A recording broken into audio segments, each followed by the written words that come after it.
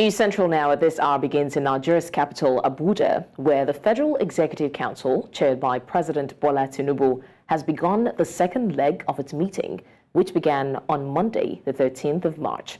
The President, Vice President Kashim, Shettima, and the Secretary to the Government of the Federation, George Akume, are among council members seated for Tuesday's session, which began at minutes past 12 noon local time at the Council Chamber of the Senate House. The Council considered at least 32 memoranda on Monday. However, the meeting was adjourned till Tuesday to allow for other far-reaching decisions to be disclosed later today. Now, part of the decisions reached on Monday include the announcement that all government ministries, departments, and agencies going forward procure only vehicles and generators powered by compressed natural gas. Now, the Nigerian Senate on Tuesday paused plenary session in honor of the member of the House of Representatives, Honorable Isa Dogonyaro, who died on Friday after a brief illness. Until his death, the lawmaker represented Babura Garki Federal Constituency of Jigawa State in the 10th Assembly of the House of Representatives. He was 46 years of age. The decision to suspend plenary was carried out in line with the tradition of the National Assembly, following a motion moved by the Deputy Senate Leader, Senator Lola Ashiru, and seconded by the Minority Leader, Senator Abba Moro. The President of the Senate, Godswill Akpabio, while putting the motion to a voice vote, which was unanimously supported by senators, commiserated with the family of the deceased lawmaker and the government and people of Jigawa State. Sadness, I wish to announce the death of Honorable Isa Dogonyaro.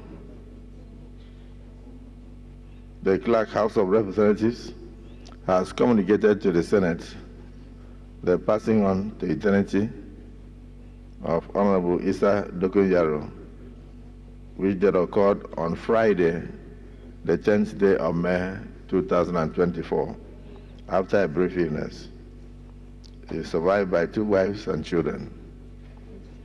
Until his death, Honorable Isa Dogonyaro represented Babura Garki Federal Constituency of Jigawa State and was the Deputy Chairman, House Committee on HIV and AIDS, and also tuberculosis and malaria.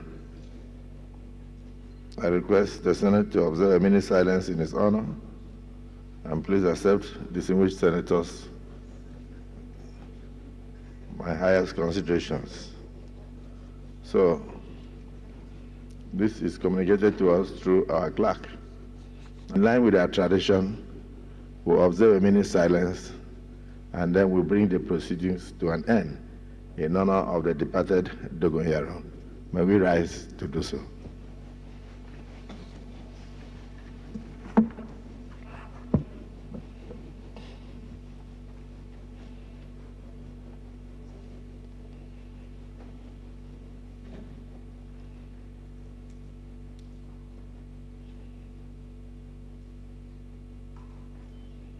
State colleague, Right Honorable Isa Dogonyaro, rest in peace. Amen.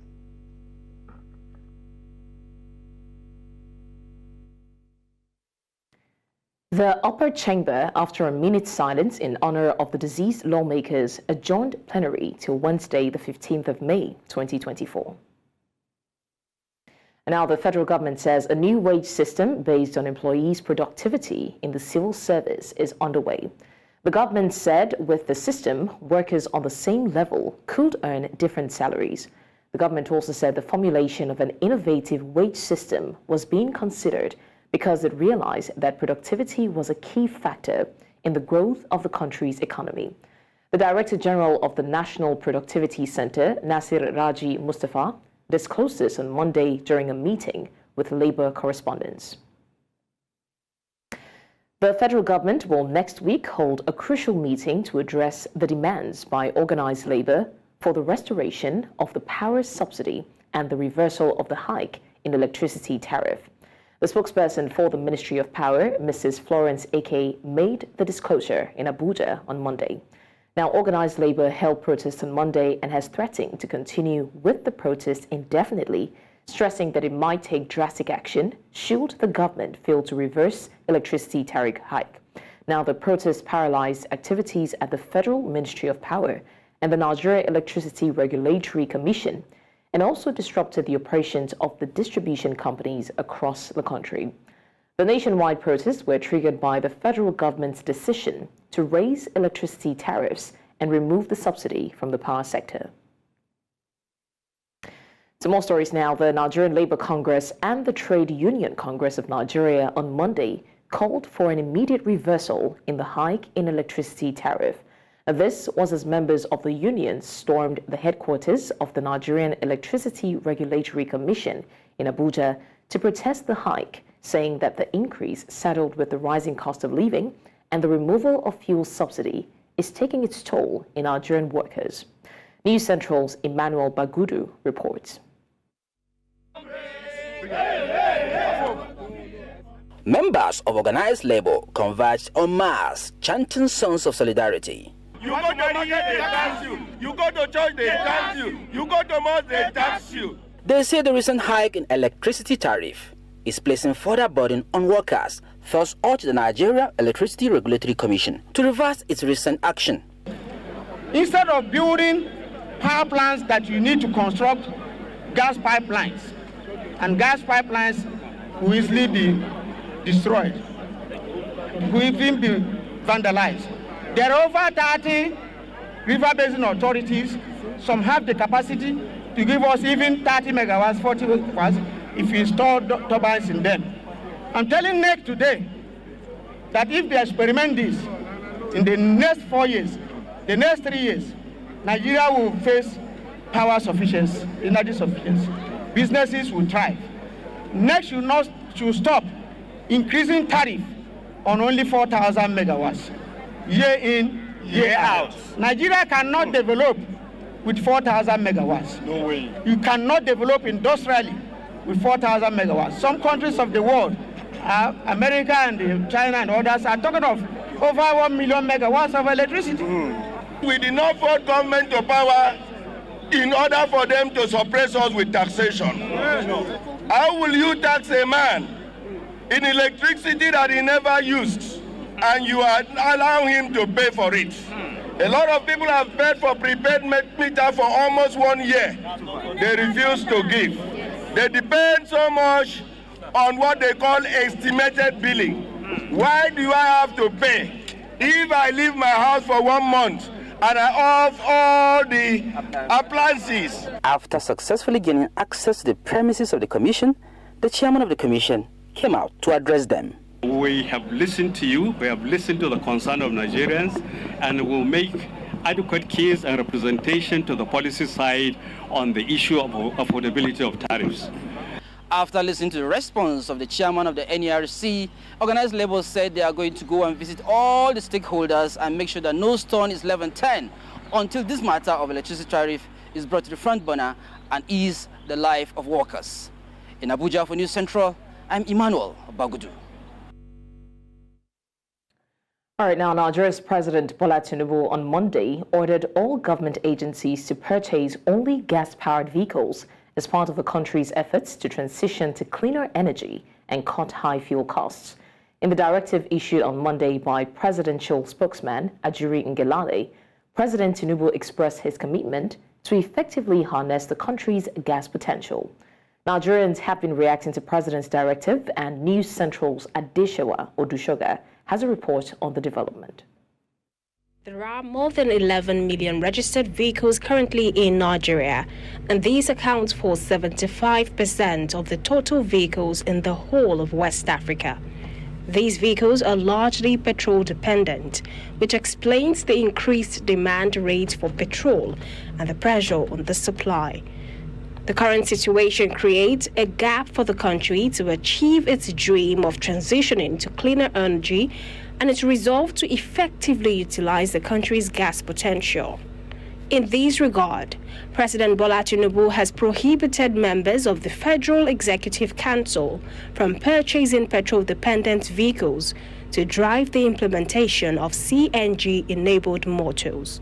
Fuel an average 15-seater bus here today about 50,000 naira at the market price or at the price at the filling stations of petrol.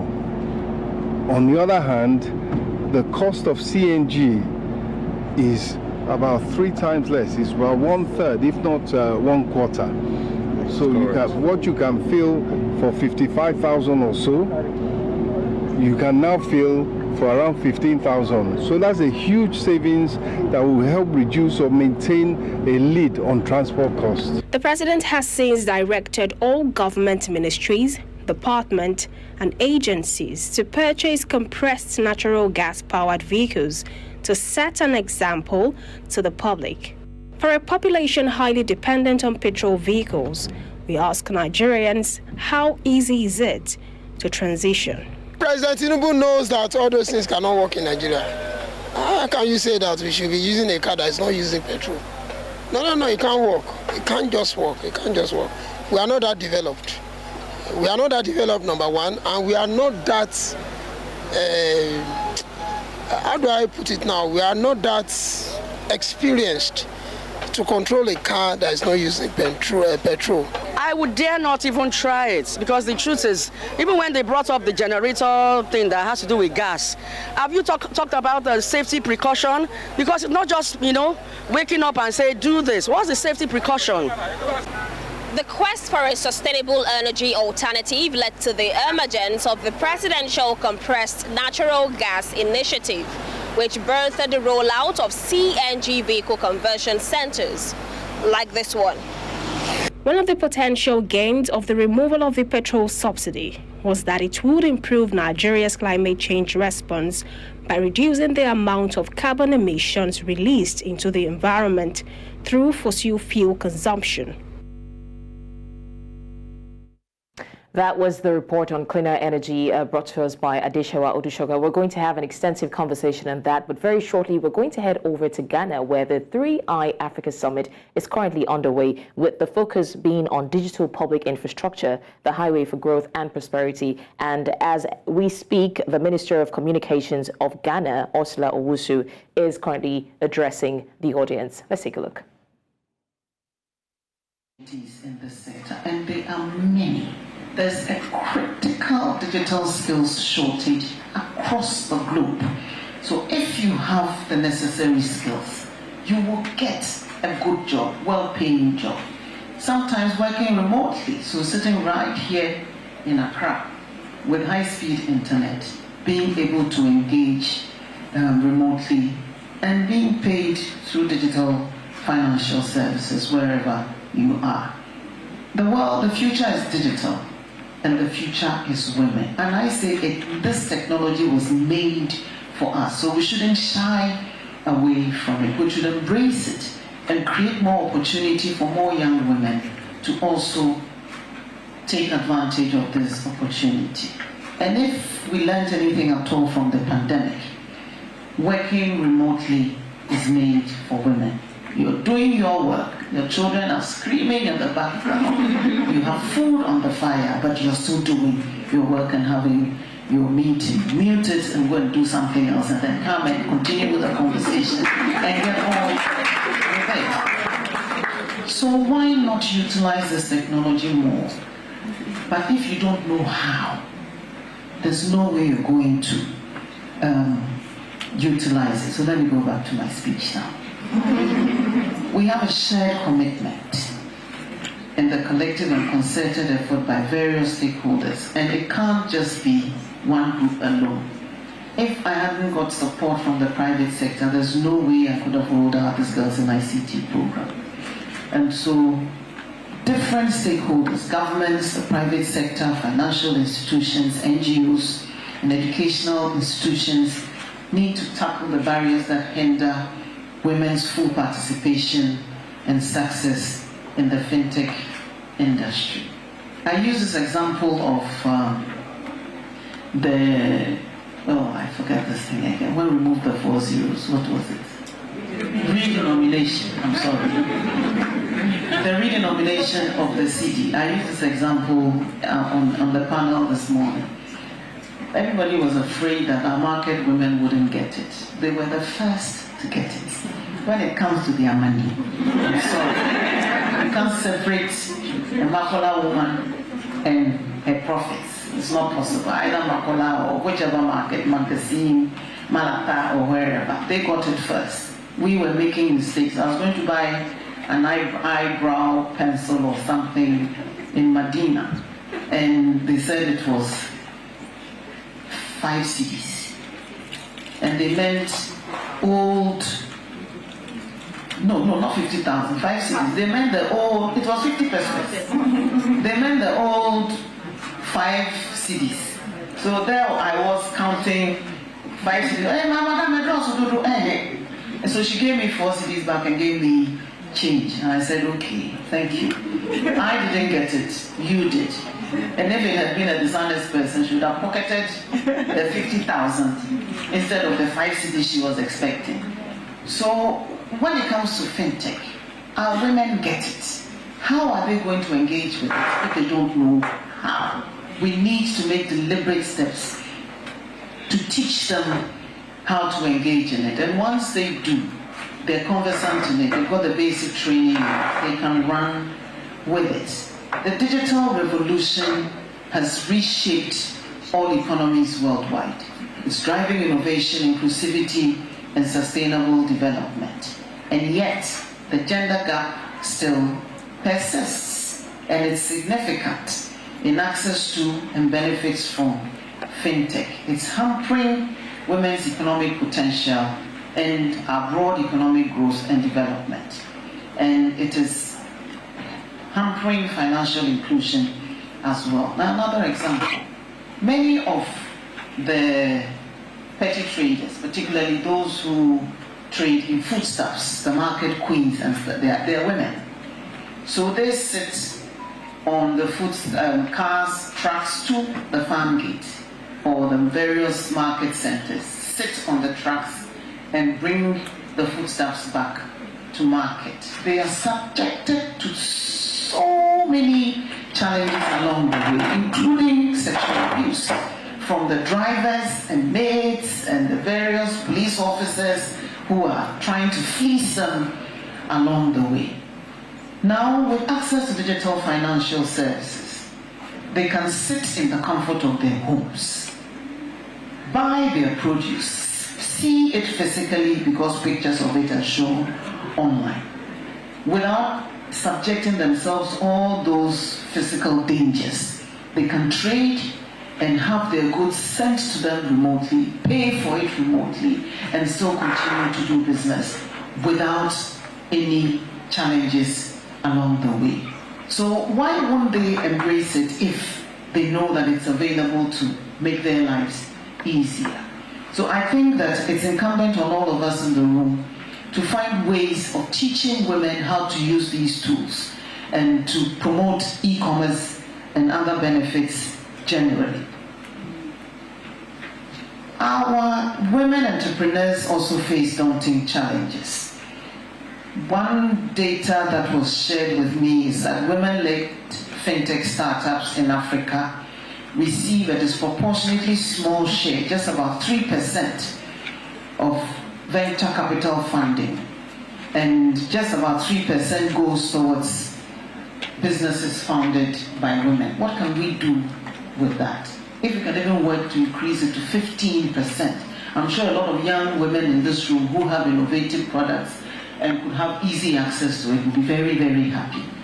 And if we can get it to 30%, we'll be making a significant impact. Just give them a leg up, open a small door for them, and they will take it and run with it. So it's incumbent on all of us to see how we can direct more funding to women. So I applaud Standard Chartered for your Women in Tech program. I'm sure there are many other examples that we can learn about.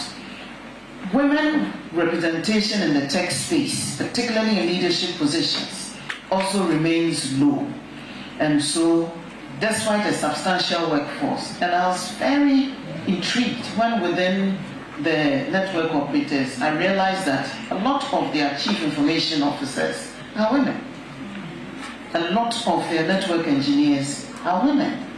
And so those who learn and equip themselves with the right tools, find ready jobs, because many of these companies find that women are more trustworthy employees who deliver better on their mandates. Apologies to the men in the room, but we really do work better than you do, and you recognize that.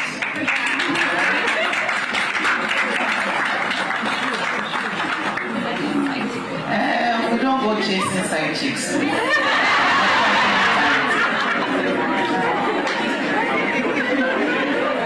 We have our own issues, I know, but we won't get into that. So the statistics underscore the urgent need for more inclusive policies and initiatives to enhance female representation in the tech sector, particularly in decision-making positions. Don't be afraid of us. We do deliver on our mandate, and we really are good team players and can work, multitask, and even work outside hours to make sure that we deliver on our results. I know that some men feel threatened when women are being given positions, but we must complement each other, because that's the way the good Lord made us. And so let's learn how we can work better together and not feel threatened by each other, and stop hitting on the women in your workplace. That's the disincentive, and it is happening. We don't talk about sexual harassment in the workplace, but it is happening, and it is hurting our young people.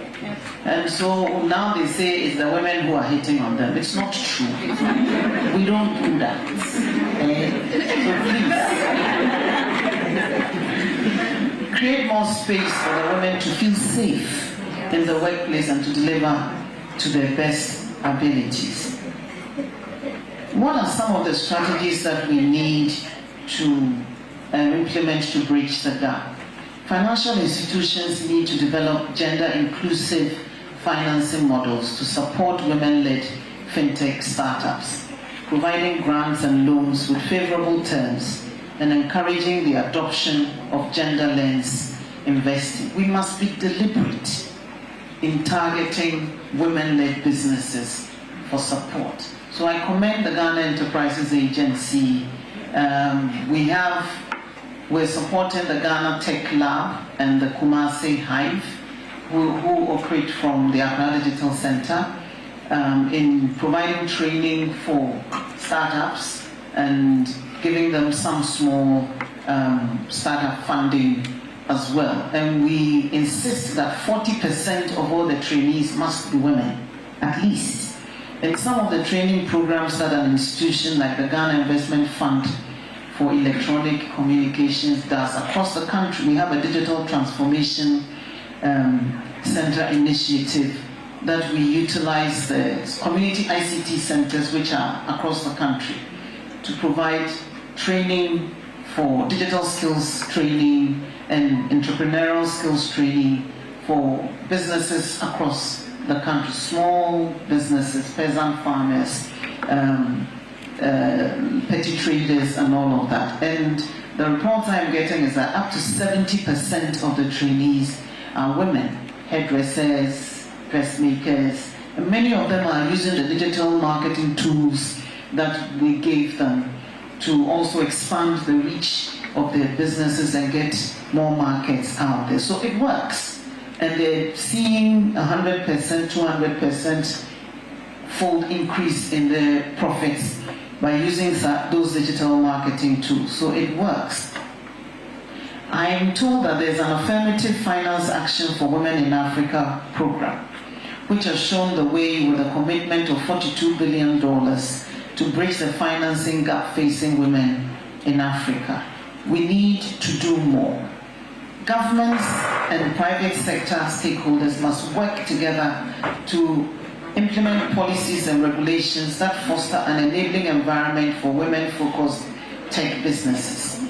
This includes protecting intellectual property, ensuring equity in procurement processes, and providing tax incentives for gender-diverse companies. Now, can we move towards giving a tax incentive to companies that employ up to 40% women?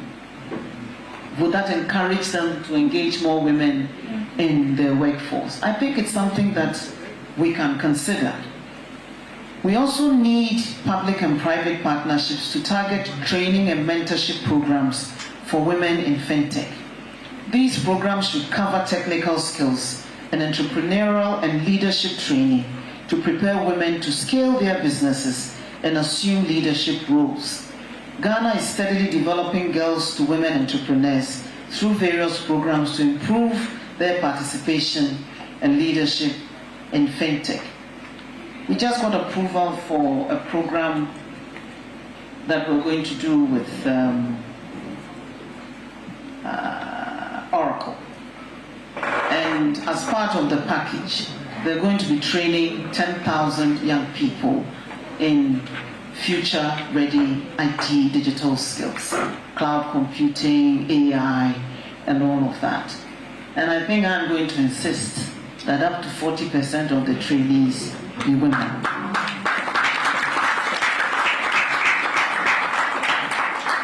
And please, when the opportunities are created, young ladies, take advantage of them. Sometimes the opportunities are there and the vacancies persist because people don't show up, maybe because they don't know or they're not aware of how easy it is to take advantage of these. This will be financed completely by Oracle. We're doing a similar thing with Amazon. But even though we insisted on 40%, I think we only got up to 20%. And 10,000 women were trained at the Accra, young people were trained at the Accra Digital Center as well. You don't need to have any ICT skills. I'm a lawyer. I'm self-taught. I did A-Wahi, B-Wahi to learn how to use the computer. Anyone can learn. If your mother, I have an 80-year-old mother, 82 now. She'll be 83 this year. If you do more Facebooking than she does, yes. She's the one who gives me all the latest filler. 83 years old. And yet, she's always on her device like this. You're talking to her like, and she's like, remember? And she's back on her device. If even they can learn, what about you?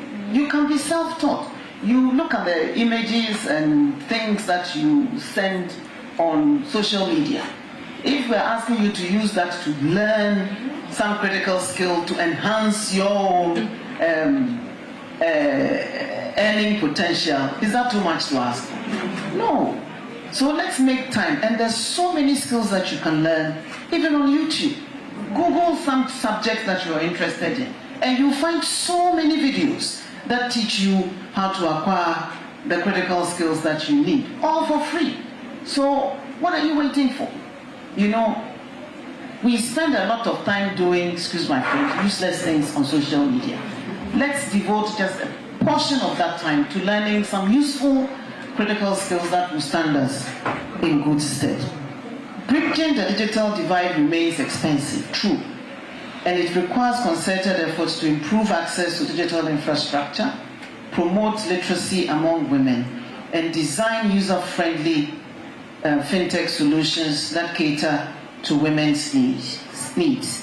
I'm told that UBA Ghana has a financial literacy program hosted by the female mayor of Accra, which seeks to empower women economically and to address their economic challenges. I've told you that we're running a program, Entrepreneurial Skills for Women in Ghana, across the country.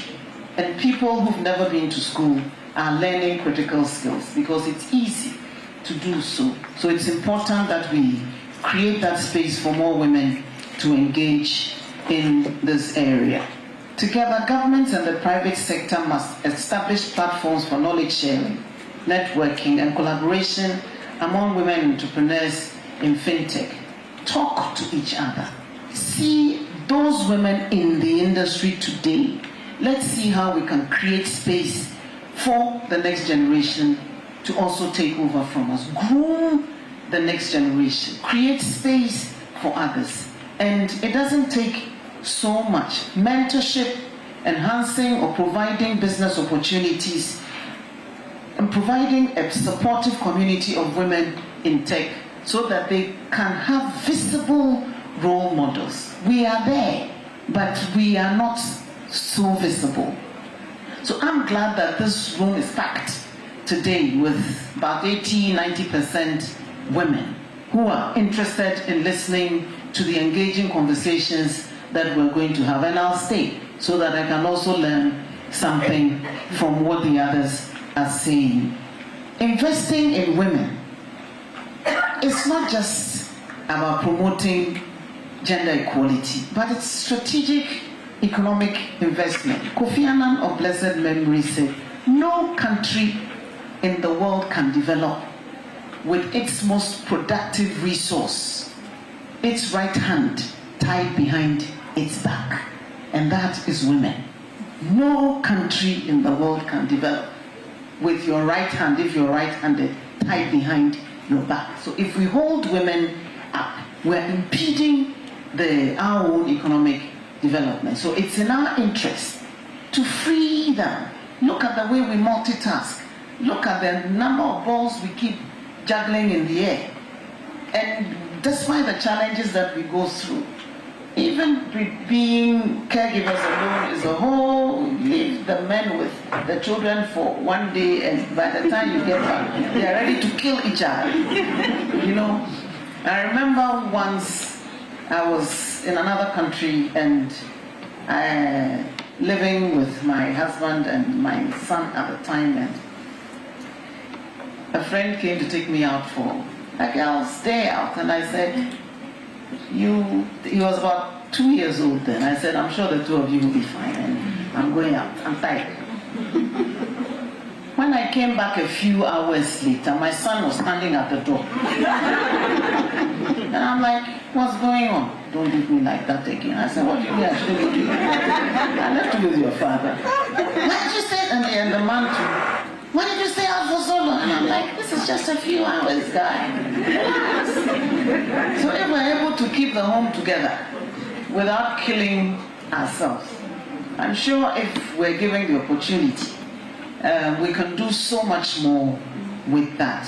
So investing in women is a strategic investment in economic empowerment. Gender-inclusive fintech solutions have the potential to drive financial inclusion, enhance productivity, and stimulate economic growth.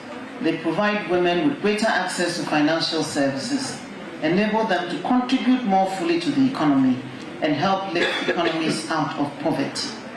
The potential economic impact positively underscores the importance of all these strategies. And this is a call to action. I think it's long overdue, and so the time is now. Let's see what we can all do wherever we are to create a bit more space for the next generation. Let's build bridges where gaps exist and ensure that our march towards technological advancement is one we undertake together, regardless of gender. All right, thanks for staying with us. Now, River State Governor Simealayo Fubara has vowed that his administration will set up a panel of inquiry to probe the last administration. Fubara spoke on Monday after inaugurating Dagogo Iboroma as the Attorney General of a state, following Iboroma's screening and confirmation by the Victor Oko Jumbo-led House of Assembly. Now, it was gathered that the governor lamented the grand-scale sabotage of his administration, saying that the state was in a critical situation. He also said that it had become obvious that the political crisis could no longer be resolved. And now to further discuss this, I'm now joined by a lawyer and political analyst, Vincent Otal-Pupu. Thank you so much, Vincent, for joining us. Thank you for having me. Thank you. My pleasure. Now, Vincent, I'm sure that you are familiar with the development. We do understand that Governor Fubara's decision to launch an inquiry into the Wike administration during this tense period is definitely a bold move. What would you say your take is on this strategy? Yes, some of these issues are constitutional matters. We must be able to interrogate it from the point of view of the previous happenings in River State. you agree with me that this is aftermath of the long political crisis, taking place in Rivers State. Section 5 of the Constitution has provided the separation of powers between the executive and the legislature. Section 4 says that the legislative powers of the state, Section 4 sub 6 of the state is vested in the State Assembly, while Section 5 sub 5 or thereabout or 6 says the executive power of the Federation of the state shall be vested in the governor. And by Section 176 of the Constitution, subsection 2, the governor is the chief executive officer of the state. And he may choose to exercise that power given to him under Section 5 sub 2 through the office of by himself, that is the executive power by himself, or through the commissioner or any person he has directed. So it is not out of place that the governor wants to probe the previous administration. He has the constitutional power to conduct inquiry. It's part of executive functions of the state government to conduct inquiry and what have you. But you must know that whether this will solve the question, a bigger question to be answered. Perhaps before now, you understand that some persons who are loyal to the former governor, 27 of them decamped to APC, People's Democratic Party, upon which they were elected, and the mandate was given to them by their constituents to become legislatures. So, and that violates Section 109, subsection G of the Constitution, which says that a member of the State House cannot, during the tenure of his election or substance of his tenure, decamp from the political party from which he has been elected to that office.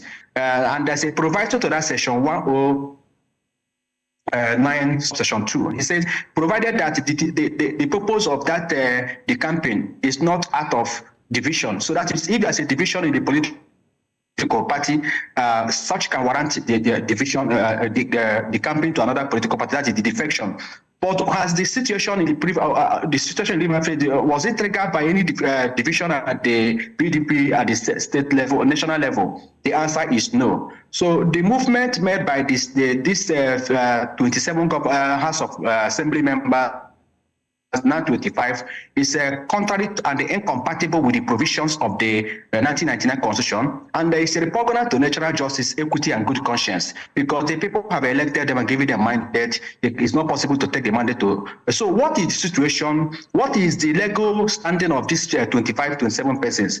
Before we go to the question proper. Now, when you look at Section 95 of the Constitution, it says that in the absence of the Speaker of the Deputy Speaker of the House, prevented for any reason why the Speaker and Deputy Speaker are not in the House to preside, that the members of their assembly shall elect somebody, elect somebody within them to preside over. And that what has happened in Rivers State, and where someone was appointed to preside over.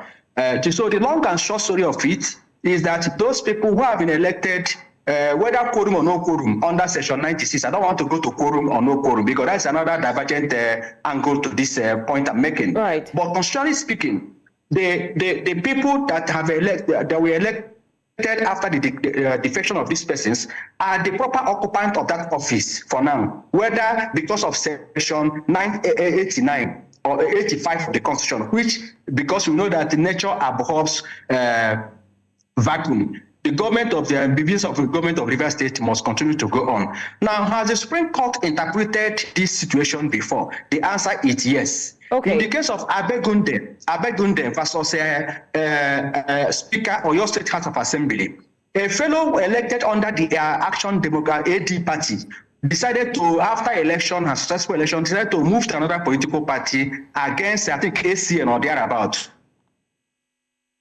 So the matter was contested up to Supreme Court. Supreme Court said no, that you cannot take the mandate of a political party that have elected you and the mandate of your people to another political party. If you do that, you automatically cease to exist. So what is left for the House of these 27 or 25 members, as the case may be now, is that there has not been judicial pronouncement as to the breach they have committed with respect to constitution. That's why they have the audacity, the court, to be parading themselves and to be holding themselves out as the members of the River State House of Assembly. But thank God now the court has been invited, and the court has made an interim order, whether ex parte or motion. Order of court must be respected because it has in it character of sanctions. So by that order, the court has restrained them from parading themselves as state legislative members, and that is just to bring sanctity, constitutionalism, and due process in the whatever they are doing in River State. So that case is settled. There are other cases like Goni and Federation, which is the locus classicus case, where this principle was established. It's in the latest case of Vincent, I would like for us to put a pause on the Constitution because we could go on and on. But thank you for giving us a legal breakdown, especially of the Rivers political crisis. And with all of this that you have mentioned. Sorry? I wanted to conclude. Okay. I wanted to conclude. If you can do that in less than 10 seconds.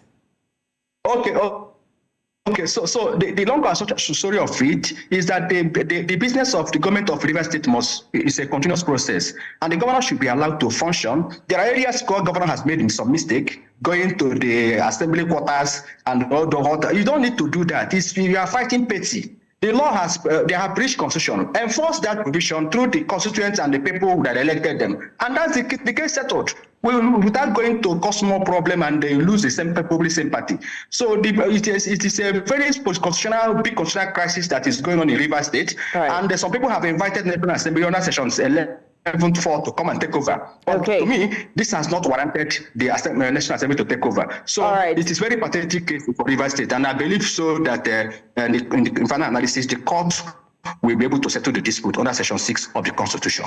All right.